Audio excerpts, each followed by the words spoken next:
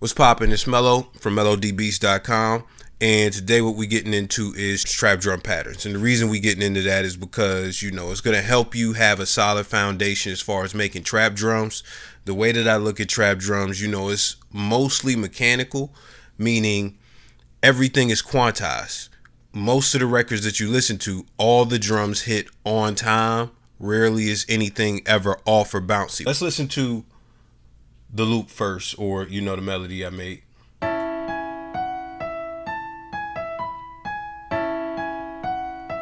All right, so that's gonna be the melody that we're working with.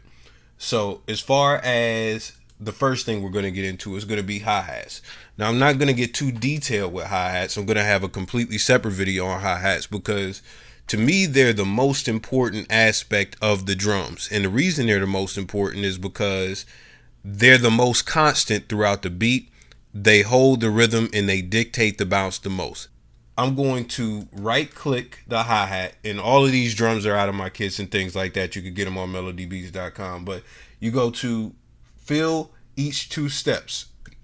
This is going to give you the basic pattern. If you listen to Take Heat Beats, he uses this a lot. It's real basic. So let's listen to it.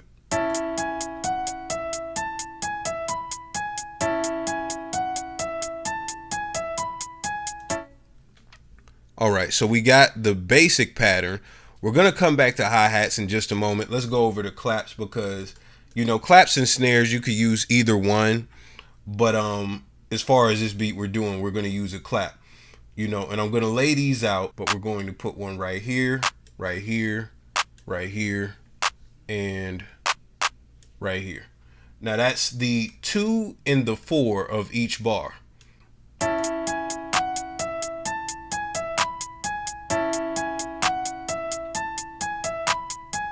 So boom, you got that. So let's go back to the hi-hats. A lot of the time you'll hear chops and things of that nature. We're not going to get too detailed into that, but I'm going to show you how to chop your hi-hats and hold the control button and push L to make everything long and, fill out and everything. So you click the selector tool. This is the first way, and this is the way that I do it usually. You click one of the notes, and we're going to click that one. And you go to the wrench, whatever it is, the wrench, and you click chop. When you click chop, it's going to bring this up. Now, when this folder comes up, or when this comes up, you'll see 6-beat or whatever you see. You want to click the folder if it's not on 6-beat, and you'll go to the quantization folder more than likely. You want to click snap, and then you want to click, what do you call it? Either step or 6-beat. We're going to keep it on 6-beat, but if you notice when we click step, you'll see that the notes in the red change. So let's go back to 6-beat. You can manipulate the time just by doing that, and it'll create, whatever type of chop you want. So I'm going to chop this up and everything. You click accept. I'm going to cut off some of this, and we're going to fast forward while I make this chop. Let's wait till, big motorcycle man gets the fuck out of here. Let's wait till big motorcycle man. And you hear that? You hear that? Gotta let you know he has a big. All right, so let's get back to it. So let's listen to the pattern.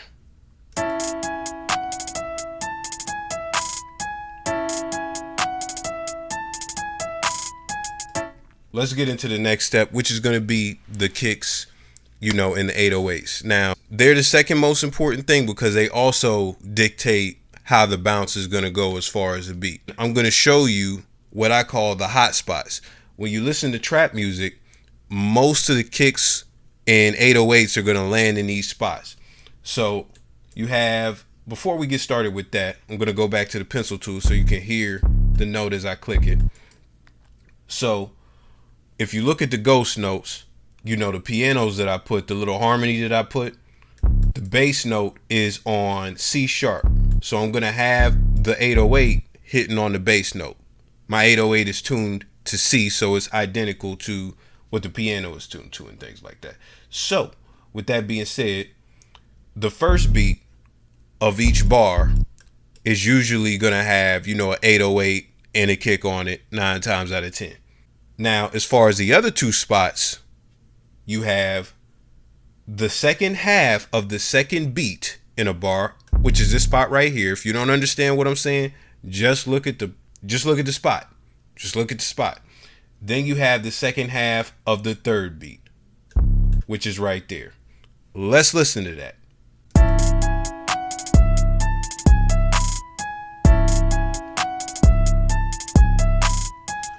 The thing I want you to notice, if you listen to most trap music and things like that, when it comes to those middle two, very rarely will you not hear a kick or an 808 in both of those spots. Like, it's not there. So those are the hot spots. Let me go over some other drum patterns that you may or may not be aware of as far as popular drum patterns.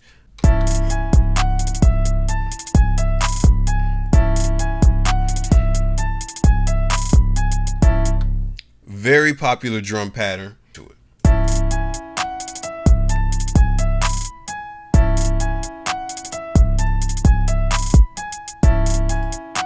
If you listen to a lot of Lil Uzi shit, some of his producers use that pattern a lot. Just memorize the hot spots, and you can add on top of that. You can subtract from that. So as far as filler snares, let's go over one of the most basic patterns right now. I'm not going to get into the second half of the first bit. We're not going to do all that right now. So you hear this pattern a lot in Zaytoven beats and other simple trap beats and things like that.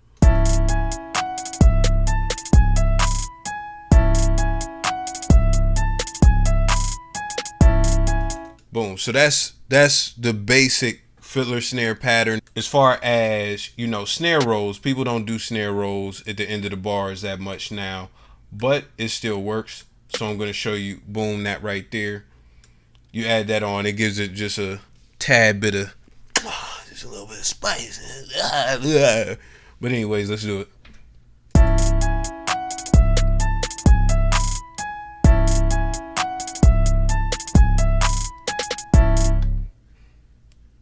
Or you could even take that and just put that there. Let's see how that sounds. As far as doing crazy snare rolls and things like that, it's very rare that you hear that. So we're not going to go over that right now. Basically, that's it as far as everything. Again, I'm going to do a hi-hat video in the future. And as far as the drums, this should give you a solid foundation. As far as the kicks and the hot spot, that's the most important aspect of this video. The hi-hat should keep it basic, and I'll give you more education on that in the future. So if you like the video, leave a comment. Let me know what else you want to learn and things like that, because I'm going to be knocking these out and all that. Subscribe if you like the video. Put a like on it, all that. I have a speaking channel where I do social commentary and things like that. Or just commentary videos. You can check that out. The link will be in the description and everything. If you want kits and things like that, I got those as well. We out. I'll catch you again another time, another day, somehow, some way. My man.